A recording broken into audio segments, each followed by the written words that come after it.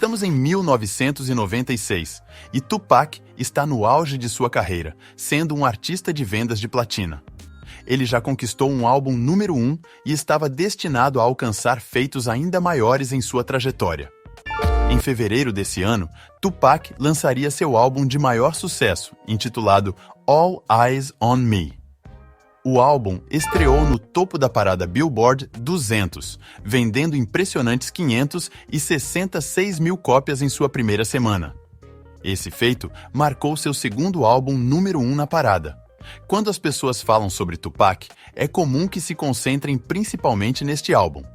All Eyes on Me é considerado um trabalho fenomenal e muitos o veem como o melhor álbum em sua discografia. No entanto, há outro álbum que para alguns pode ser visto como uma concorrência a isso, The Don Killuminati, The 7 Day Theory. Antes de nos aprofundarmos mais nesse tópico, gostaria de expressar minha gratidão por vocês estarem aqui assistindo a este vídeo. Vocês têm inúmeras opções, mas optaram por estar aqui comigo, e isso é muito apreciado. Caso gostem do conteúdo, não hesitem em curtir, comentar e se inscrever para contribuir com o crescimento do canal. Comentem abaixo qual é a música favorita de vocês deste álbum, seu verso predileto ou trecho de letra que mais ressoa com vocês. Além disso, compartilhem suas 5 músicas preferidas do álbum. Também gostaria de saber de onde vocês estão assistindo, representando a localidade de vocês. Sem mais delongas, vamos dar início ao vídeo. Muitos de nós já sabemos que Tupac morreria tragicamente em setembro de 1996. O Don Killuminati, a teoria dos 7 dias, seria lançado menos de 2 meses após sua morte. Muitas pessoas sabem que este álbum existe, mas eles não sabem a história por trás disso ou por que foi lançado sob o pseudônimo Machiavelli.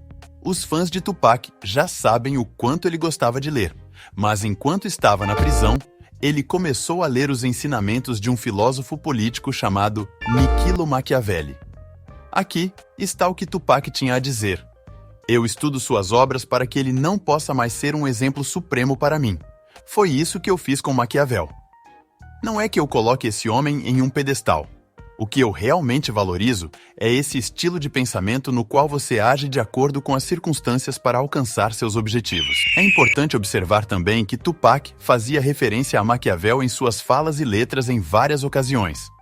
Isso ressalta como ele apreciava essa abordagem de pensar e agir estrategicamente para alcançar o que desejava. As ocasiões que me recordo são quando Tupac menciona como o medo é mais poderoso que o amor. Aqui está a citação exata de Maquiavel.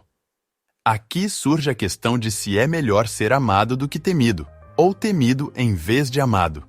Talvez possamos responder que deveríamos aspirar a ser ambos, mas uma vez que o amor e o medo dificilmente podem coexistir, se tivermos que escolher entre eles, é mais prudente ser temido do que amado. Agora você pode perceber como Tupac foi inspirado pelas obras de Maquiavel. No entanto, existe uma narrativa nos ensinamentos de Maquiavel que gerou rumores em torno da morte de Tupac. No livro A Arte da Guerra, Maquiavel desenvolveu uma estratégia para fingir a própria morte, a fim de enganar seus inimigos. Algumas pessoas alegaram que isso foi aplicado a Tupac, mas não pretendo entrar em todas essas teorias conspiratórias. Se você estiver interessado em saber mais sobre a conexão entre Tupac e Maquiavel, vou disponibilizar links na descrição para alguns artigos.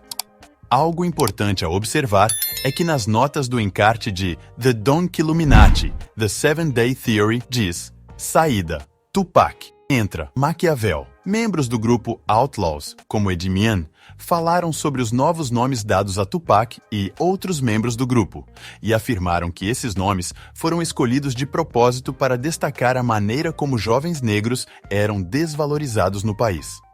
O processo de gravação deste álbum supostamente ocorreu ao longo de 7 dias, 1996. As letras foram escritas e gravadas em apenas 3 dias, enquanto a mixagem levou mais 4. Mais de 20 faixas foram gravadas durante essas sessões, mas apenas 12 acabaram sendo incluídas no álbum final. Houve controvérsias sobre se o álbum foi realmente feito em 7 dias, devido a questões como a agenda de Tupac e rumores de sua insatisfação inicial com algumas músicas e recursos do álbum. Originalmente, o álbum deveria ter mais 7 faixas, que foram cortadas por razões desconhecidas. Algumas dessas faixas acabaram sendo lançadas em trabalhos póstumos. A produção do álbum não contou com nomes como Johnny J e Dr. Dre, por razões óbvias. Dillinger, entre outros, também não esteve envolvido. A lista de faixas original do álbum é diferente da que temos hoje, com algumas músicas que não entraram no álbum final. Muitas das decisões de Tupac em relação a este álbum refletiam sua perspectiva sobre as questões sociais e raciais. Johnny Joy produziu várias músicas para Tupac, incluindo algumas lançadas e outras inéditas. Por exemplo, no álbum All Eyes on Me, originalmente ele tinha produzido 15 músicas, mas o número foi reduzido para 11. Johnny Joy enfrentou problemas de pagamento com a Death Row Records, o que levou a uma ação em janeiro de 1997, alegando que não foi devidamente pago por seu trabalho em 11 músicas do álbum. Ele afirmou que Suge Knight prometeu um adiantamento de $10 mil por música produzida, além de royalties de 3%. Isso pode explicar por que Johnny Joy não produziu para o álbum The Don Killuminati, The 7-Day Theory. Na produção do álbum The Don Killuminati, Tupac estava buscando um novo som. Ele não se importava se um determinado produtor não estava presente no estúdio, e ele estava disposto a trabalhar com qualquer um que soubesse operar as máquinas. O estúdio da Death Row Records tinha uma equipe de produtores internos, mas Tupac não tinha restrições em trabalhar com eles. Tupac também tinha considerado lançar o álbum The Don Killuminati, The 7-Day Theory, como uma mixtape, seguindo a estratégia que 50 Cent adotaria anos depois, inundando as ruas com mixtapes. Comparado a All Eyes on Me, o álbum The Don Killuminati, The 7-Day Theory não contava com o mesmo elenco repleto de estrelas. Isso pode ter sido influenciado pela abordagem de Tupac de colaborar predominantemente com associados próximos, como membros do grupo Outlaws. 2 semanas antes de sua morte, Tupac concedeu uma entrevista à revista Vibe, onde discutiu seu próximo álbum e suas ideias sobre sua carreira musical. Tupac expressou seu sentimento de estar no controle total e de não precisar responder a ninguém. Ele mencionou que tinha outro álbum prestes a ser lançado no próximo mês sob o pseudônimo de Maquiavel, chamado Killuminati. Ele enfatizou que não se considerava um rei ou um professor, mas sentia que estava em uma posição única, destacando que havia sido liberado da prisão há menos de 1 ano, após ter sido condenado por acusações que normalmente destroem carreiras. Tupac mencionou ter sido baleado 5 vezes, incluindo na cabeça, mas conseguiu se recuperar e alcançar um nível de sucesso notável. Ele afirmou ter vendido mais discos do que toda a gravadora da outra parte da entrevista. Essa citação de Tupac nos oferece uma visão de sua mentalidade na época em que ele estava em um modo de ataque intenso. Mostra que ele estava determinado e confiante em seu sucesso, mesmo após ter enfrentado adversidades como prisão e tentativas de assassinato. Mais tarde, aprenderíamos que seu estado de espírito combativo e puro seria afetado pela conspiração das Trevas Illuminati. Quando questionado se a motivação de Tupac estava ligada à vingança contra seus inimigos naquela época, ele compartilhou o seguinte pensamento: "Agora, vamos nos divertir um pouco. Sobre esse novo álbum que estou lançando como Maquiavel, é uma espécie de minha melhor criação. Composto por 12 faixas, falo sobre o tiroteio em Nova York, mencionando os nomes dos indivíduos envolvidos, aqueles que atiraram em mim e os que conspiraram contra mim. Tudo o que não pude dizer, coloquei em um rap. Além disso, me desviei, fui bastante irreverente com todos esses caras, incluindo Jay-Z, Puff Daddy e Biggie. A capa do meu álbum apresenta minha imagem crucificada em uma cruz, e a cruz é um mapa que abrange Nova York, Harlem e Brooklyn. Estou literalmente na cruz, crucificado para manter a autenticidade. Embora sinta que talvez não devesse dizer isso, acho importante compartilhar essas coisas com algumas pessoas. É importante lembrar que esse contexto ocorreu durante a intensa rivalidade entre a costa leste e a costa oeste do hip-hop. Tupac estava envolvido em uma rivalidade com Biggie e a Bad Boy Records, juntamente com outros artistas. O álbum Don Killuminati, The 7-Day Theory, foi lançado pouco depois do assassinato de Tupac em setembro de 1996. O primeiro single, Hail Mary, foi lançado algumas semanas após sua morte, e o videoclipe de Toss It Up foi o último videoclipe que Tupac gravou. Sobre o nome do álbum, originalmente deveria ser chamado Illuminati The 7-Day Theory, referindo-se à teoria dos 7 dias. No entanto, o nome foi alterado para Don Killuminati The 7-Day Theory, incorporando a ideia de Don devido ao pseudônimo que Tupac queria adotar, Machiavelli The Don. A parte Killuminati é um jogo de palavras, combinando kill, matar, com Illuminati. Essa escolha sugere a ideia de desafiar ou matar as influências ocultas ou secretas representadas pela sociedade secreta Illuminati. Tupac estava claramente brincando com essa ideia, como você pode ver no clipe em que ele explica essa combinação. Esses elementos adicionais de contexto contribuem para a compreensão do álbum e das mensagens que Tupac estava transmitindo por meio de suas músicas. É por isso que adicionei o K nele. Enquanto estou na prisão, está me falando sobre esse Illuminati, assim como o dinheiro. Isso é outra forma de me deixar inseguro, entende? E estou incluindo um K, porque estou aniquilando aquele Illuminati. Pode confiar em mim. Espero que isso esclareça essa parte do nome do álbum na teoria dos 7 dias. A arte da capa. A situação é bastante clara, como mencionei antes, sobre o álbum e todas as coisas relacionadas. Agora, a história por trás da arte da capa do álbum é igualmente interessante. A capa foi elaborada por Ronald Risky Brent, alguém da mesma área de Suge Knight em Compton.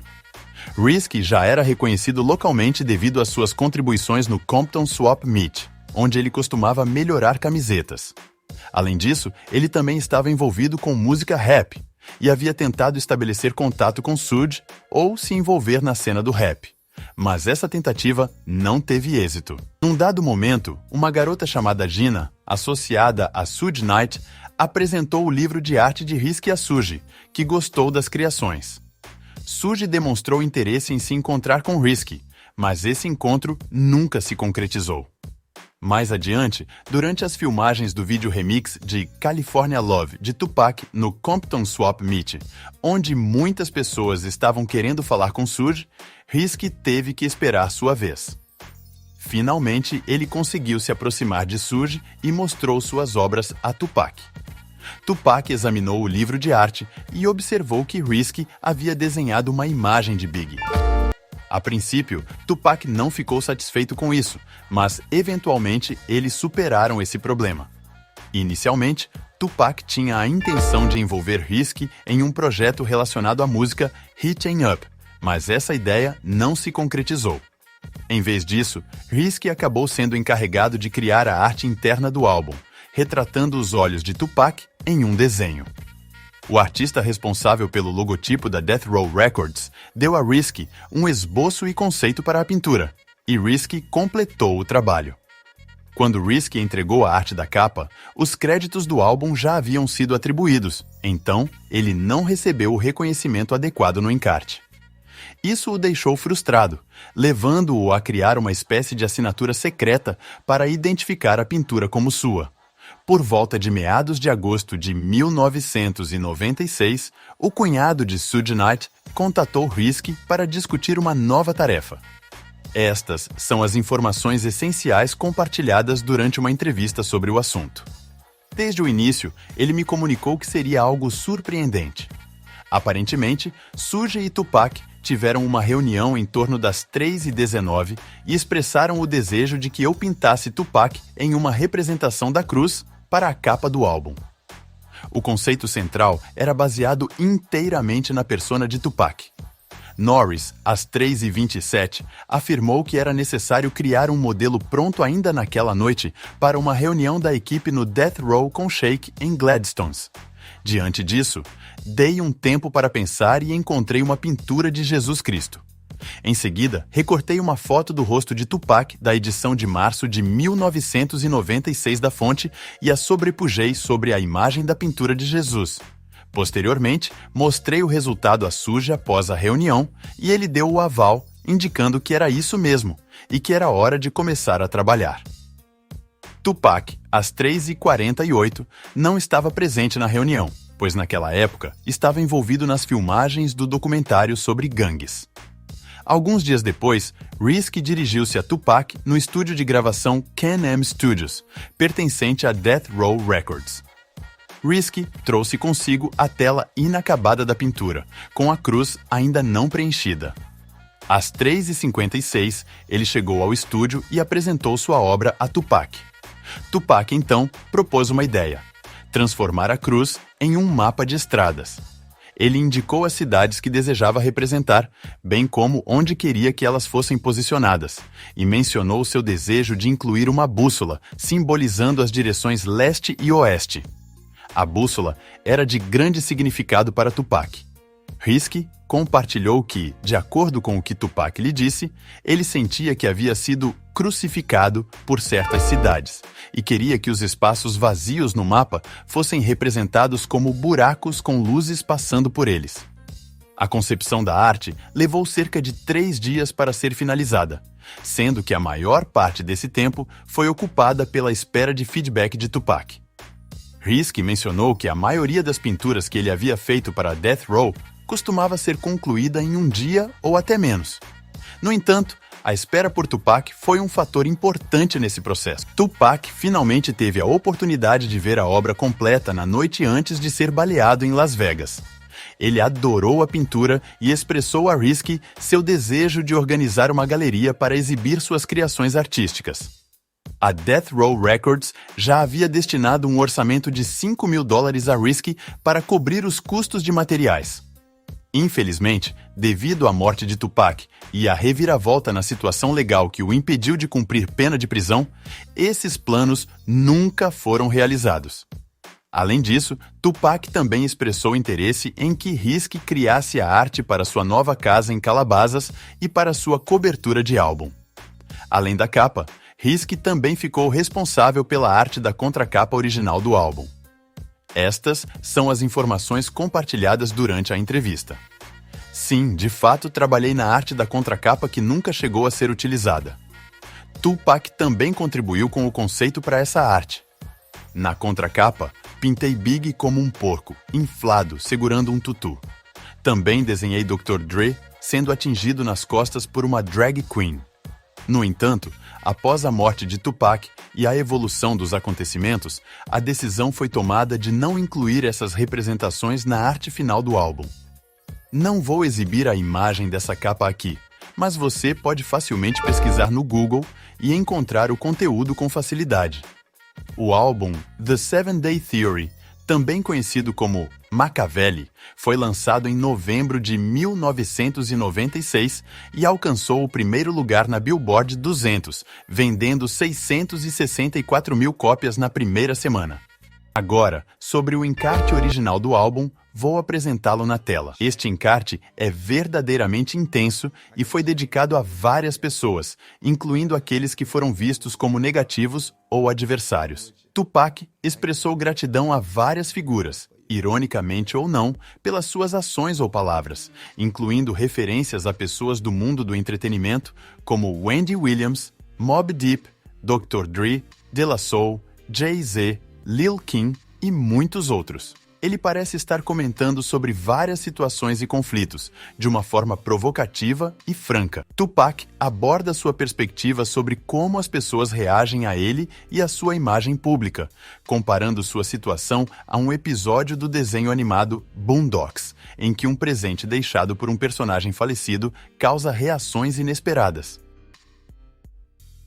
O álbum se inicia com a faixa intitulada Bomb First, My Second Reply, que é a minha segunda resposta, apresentando a famosa canção Hitting Up de Tupac. O Exhibit teve seu desentendimento evidenciado nessa faixa. Exhibit havia lançado uma música chamada Paparazzi, na qual questionava a motivação de outros rappers que faziam música por dinheiro e fama. Tupac, nesta música, confronta G-Beat, perguntando-lhe por que ele faz rap se não é para ganhar dinheiro.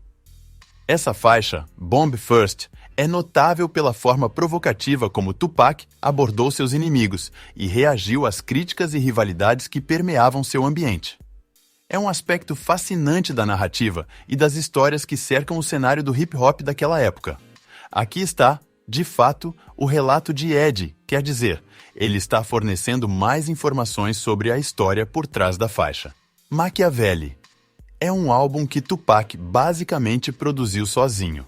Digo, desde as letras até a produção. Muitos não sabem que Tupac era um produtor talentoso. Na verdade, houve uma batida que ele começou e outras pessoas acabaram recebendo créditos por ela, mas a faixa foi iniciada por Tupac. A linha de baixo dessa batida foi retirada do hino Uptown da Naughty by Nature. Além disso, Edmin também compartilhou que essa faixa serviu como uma introdução ao Young Noble, já que ele era o último membro oficial dos Outlaws. Agora, vamos para a segunda faixa do álbum, que é a música mais popular e uma das minhas favoritas de Tupac. É Hail Mary. Tupac disse ao produtor da faixa que queria algo lento e sombrio. O produtor então criou a batida para Hail Mary e Tupac ficou animado. O verso de Young Noble já estava escrito, e Tupac escreveu a última parte do refrão com os Outlaws, incorporando a linha de perseguição em papel que inicialmente seria parte do início do refrão. Porém, Tupac decidiu colocá-la mais para o final, resultando no icônico refrão da música. Algumas informações adicionais sobre a música são que, inicialmente, ela deveria terminar mais cedo, mas isso foi alterado. Machiavelli não estava convencido com a música no começo, e Ed Min também não estava muito entusiasmado com a faixa inicialmente. Em seguida, temos a próxima música, Toss It Up, que apresenta Danny Boy, Aaron Hall e Casey e Jojo. Aqui está o que Ed queria dizer sobre essa faixa. Esta é uma música que já estava pronta. Suge a criou com Danny Boy e Jodeci. Sinceramente, essa é a faixa que menos me agrada no álbum Machiavelli. No entanto, assim que Tupac entrou na faixa, ele fez suas contribuições, abordando algumas questões que ele e Suge já tinham resolvido. Um fato curioso, e muita gente desconhece, é que essa música inicialmente estava destinada para ser usada na batida da música No Diggity, do grupo Blackstreet. Isso porque Dr. Dre tinha produzido essa batida enquanto estava na Death Row Records e Suge Knight detinha os direitos. No entanto, Dr. Dre acabou vendendo esses direitos para Teddy Riley. O início das duas músicas era surpreendentemente semelhante, mas eu não estou aqui para alimentar discussões sobre quem tomou determinadas ações. É interessante porque Danny Boy mencionou que eles fizeram isso. Eles cantaram juntos na mesma faixa, sem No Diggity, e o Blackstreet enviou uma carta de cessar e desistir, alegando que não poderiam liberar a música para isso. Então, o remix da versão que todos tiveram a oportunidade de ouvir teve uma alteração na batida. Danny Boy também revelou que Toss It Up era, na verdade, uma música dissimulada destinada principalmente a alfinetar Dr. Dre, mas também atingindo outras pessoas, incluindo Tupac. Outro fato curioso é que Demetrius Shipp Sr. é o pai de Demetrius Shipp Jr., que interpretou Tupac no filme de 2017 All Eyes on Me, e que também tem créditos de produção na música Toss It Up. É uma coincidência notável que seu pai tenha créditos de produção nessa faixa, e anos depois, seu filho interpretasse Tupac. A próxima música do álbum é To Live and Die in L.A. Ed Min disse que essa era a música favorita de Tupac no álbum, junto com Against All Odds. É bem sabido que Tupac tinha um amor genuíno por Los Angeles, então não é surpresa que ele tenha feito a letra dessa música em cerca de 15 minutos, durante uma gravação em 3 faixas. Essa música é considerada parte do amor de Tupac pela Califórnia. Além disso, vale mencionar que Tupac admirava Prince, e essa música é uma reinterpretação de Do Me Baby de Prince. A próxima faixa do álbum é Blasphemy, e aqui a palavra blasfêmia é quebrada de forma provocativa. Nessa música, Tupac mergulhou profundamente, embora ele só tenha percebido o quão profunda ela era depois de gravá-la. A pessoa que faz a oração na música é a irmã de Castro, que é prima de Tupac. É uma interessante conexão familiar. Além disso, parece que a música também tinha a ver com os Outlaws, já que Tupac costumava usar sua música para se comunicar com eles. Idi Amin disse que os Outlaws estavam um tanto fora de controle naquela época, e Tupac queria trazê-los de volta à realidade. O tema profundo da música é a visão de Tupac sobre religião. Ele acreditava em Deus, mas tinha ressalvas sobre como a religião é praticada hoje em dia. A entrevista de Tupac com a revista Vibe aborda isso de maneira mais detalhada. A próxima música do álbum é Life of an Outlaw, e durante a produção do álbum, a avó de Napoleon faleceu. Ele teve que sair mais cedo, e quando voltou, muitas músicas já estavam prontas, exceto por essa. Essa é a única música em que ele participou. Napoleon também compartilhou que seu verso foi finalizado antes da dissolução da Death Row Records. Quanto à música Just Like Daddy, que apresenta os Outlaws, Idi Amin compartilhou sua perspectiva sobre essa faixa Just Like Daddy. É uma música que foi originalmente concebida para o álbum dos Outlaws que Tupac estava tentando criar. Ele queria que os Outlaws aprendessem a abordar algumas temáticas voltadas para as garotas, pois grande parte do conteúdo deles era mais intenso, relacionado a lutas e momentos difíceis. Tupac incentivou-os a diversificar e incorporar elementos mais leves e cativantes em sua música, algo que pudesse atrair também o público feminino. Ele enfatizou que, para além das mensagens intensas, eles deveriam abordar tópicos que as pessoas pudessem desfrutar e se divertir. Portanto, Just Like Daddy foi uma resposta a esse direcionamento, com Tupac orientando os Outlaws a criar algo mais acessível e voltado para um público mais amplo. A próxima música é Crazy, uma verdadeira surpresa, e os Outlaws eram para estar nessa faixa, mas não conseguiram se organizar rapidamente. Como mencionei anteriormente, Tupac queria que os versos fossem finalizados antes das gravações. A próxima música do álbum é White Man's World, e aqui está o que Idi Amin tem a dizer sobre ela. É um registro pessoal. Eu acredito que é como uma carta aberta para sua mãe e sua irmã, de onde ele está, dentro da prisão. Ele está basicamente se desculpando por muitas coisas. Aos 25 anos, todos nós estamos tentando crescer, mudar e descobrir coisas. Muitas pessoas não se lembram que Tupac tinha apenas 25 anos naquele momento. Ele ainda era uma pessoa jovem e imatura. Ter 25 anos é uma idade muito jovem, mas, ao mesmo tempo, ele tinha responsabilidades que normalmente caberiam a alguém com 40 anos. Ele carregava o peso do rótulo, o peso do corredor da morte, e ele estava ciente disso. A próxima faixa do álbum é intitulada Eu e Minha Namorada. Além disso, há uma conexão interessante entre as ideias de Tupac e as de Jay-Z e Nas. Tupac aborda o conceito de Nas em uma de suas músicas, e posteriormente, Jay-Z incorpora o conceito de Tupac em outra música, o que cria uma interconexão intrigante entre os artistas. Vale destacar que Tupac realmente viu Nas nos MTV Awards em setembro de 1996, apenas alguns dias antes de ser baleado, o que adiciona uma dimensão intrigante a essa história. Tupac planejava colaborar com Nas em uma música, mas devido a eventos trágicos subsequentes, isso não se concretizou. Na música Eu e Minha Namorada, a voz feminina no início que personifica a arma é de Virginia Slim, também conhecida como ex-recepcionista dos Death Row Records. A penúltima faixa do álbum é Segure Sua Cabeça, onde Tupac e Hernan Bad colaboraram no verso e refrão. Tupac queria que ela fizesse o refrão, e a música foi dedicada a prisioneiros políticos. A última faixa do álbum é Contra Todas as Probabilidades, que reflete o tema do álbum. Tupac sentiu a necessidade de criar uma canção de guerra e rapidamente preparou a batida. Ele fez ajustes à música enquanto Wild Pac gravava seus vocais, tornando a faixa carregada de autenticidade. Tupac expressou suas opiniões mais verdadeiras nessa música, enfrentando as possíveis consequências de suas palavras, incluindo a perspectiva de ser assassinado por elas. Veja a seguir alguns samples usados pelo Tupac.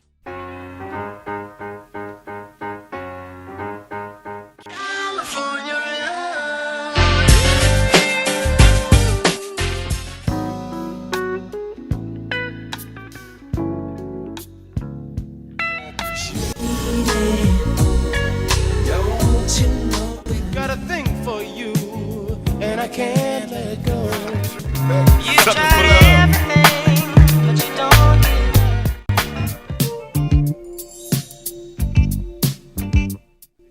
up. New, Hank, Coco, Big Sir. Y'all know how this shit go. You know. All eyes on me.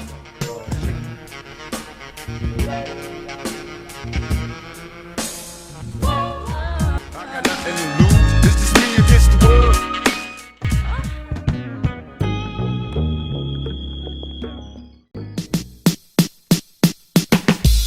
How did you want it to? How did you feel?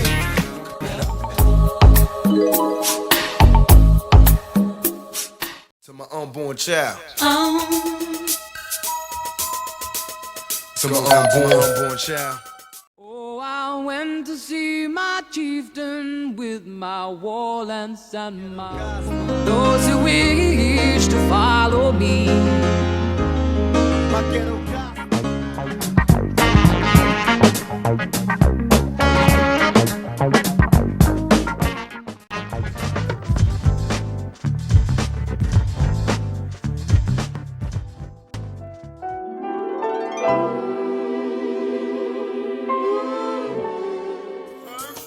I walk through the valley of hell, the shadow follows me. Wisdom hard to swallow tomorrow, expect apologies. You probably panic, stranded in search of a better planet. Realism hard to Comes out of his holy sound something like this.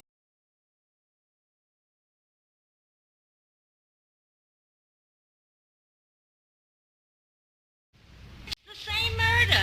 You made our streets into what the people call.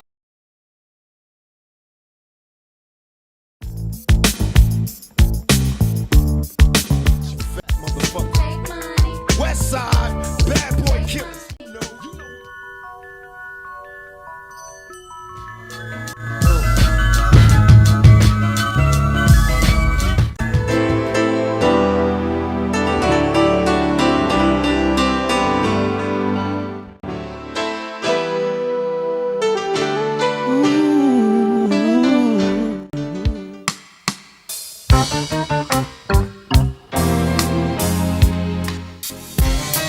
Yeah.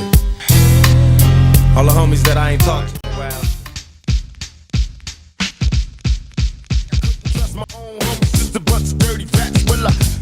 Embora seja impossível saber o que teria acontecido com Tupac e sua carreira se ele não tivesse sido assassinado, há especulações sobre como a situação na costa leste e oeste do hip-hop teriam evoluído e como essas músicas e álbuns teriam influenciado os acontecimentos. Contra todas as probabilidades, captura a sensação de Tupac lutando contra as adversidades e expressando seus sentimentos de forma intensa. Isso encerra o vídeo, e espero que tenham gostado da exploração detalhada deste álbum clássico.